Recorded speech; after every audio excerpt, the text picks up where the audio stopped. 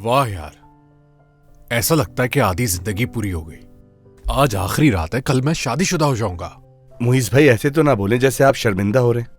इंसान को शादी करनी चाहिए तो अच्छी बात है। बिल्कुल बुरी बात नहीं है, लेकिन अजीब सा लग रहा है मुझे। मैं तुम्हारी फीलिंग्स समझ सकता हूँ मुइज, लेकिन अब तुम एक नए रास्ते की तरफ चल पड़े हो। देखो, आगे की लाइफ मैं तुम्हें बताता हूँ। अब से तुम्हारी जिंदगी की सारी आजादी खत्म।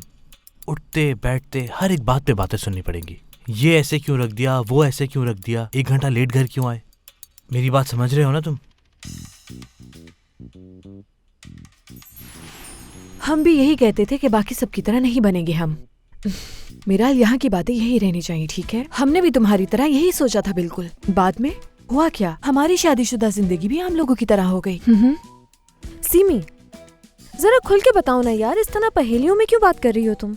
मेरा मतलब है अपनी हर वो चीज जो हम किसी के साथ शेयर नहीं करना चाहते, शादी के बाद वो शेयर करनी पड़ती है, चाहे वो आपका तकिया हो या फिर ब्लैंकेट हो।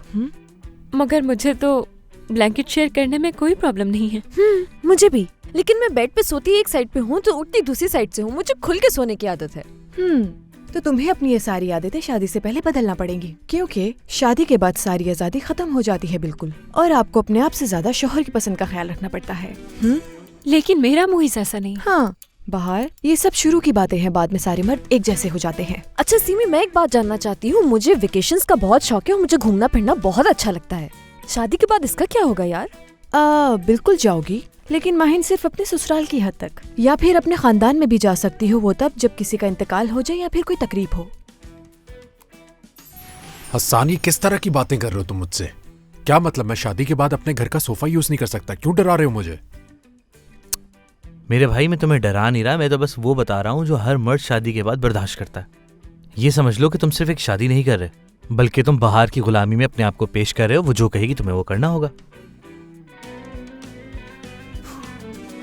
और इसे किचन में भी काम करना होगा ना? मैं तो दूर ही रहता हूँ इसमें। सीमी को इस बात से बहुत नफरत है कि कोई उसके किचन में दखल दे। मुझे भी। यार, तुम्हारी ये बात सुन के कि घर के सारे फैसले औरत करती है, सच कहूं तो मेरा मूड खराब हो गया है। ऐसा ही होता है। नहीं, मैं पैसे खुद कमाती हूँ और अपनी मर्जी से खर्च करूंगी। चाहे दिन में 1 रुपए खर्च करूँ या फिर 2 लाख, कोई दखल नहीं दे सकता इस मामले में। अगर कोशिश की तो जान ले लूंगी उसकी। इसका मतलब है तुम मेरी बात समझी नहीं बाहर। शादी के बाद मेरा वाला कॉन्सेप्ट नहीं रहता, बल्कि सारी चीजें मेरे से हमारे में कन्वर्ट हो जाती हैं। अब समझ आई बात? सीमी यार, इतना क्यों डरा रही हो तुम? बस करो अब। मैंने कब डराया? मैं तो बस हकीकत बता रही थी तुम लोगों को, ताकि अभी से आदत हो जाए। बाकी मर्जी तुम्हारी। अगर शादी के बाद ये सब मसले होते हैं तो मुझे बिल्कुल भी नहीं करनी है शादी।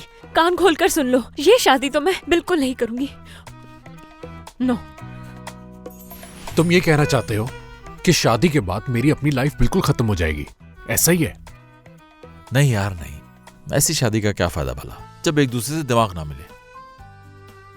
यार शादी तो बहुत मुश्किल काम है। कब से मैं खामोश होकर बैठा हूँ, खुद को कब से समझा रहा हूँ कि जुबैर खामोश है ना, कुछ मत बोलना, लेकिन हसन साहब आपने तो इतना डरा दिया है कि दिल करा मिराल को जाकर उसकी माँ के घर छोड़ रहा हूँ मैं। अल्लाह अल्लाह, मैंने ये सब इसलिए नहीं कहा। शादी करना इतना आसान नहीं है मेरे भाई।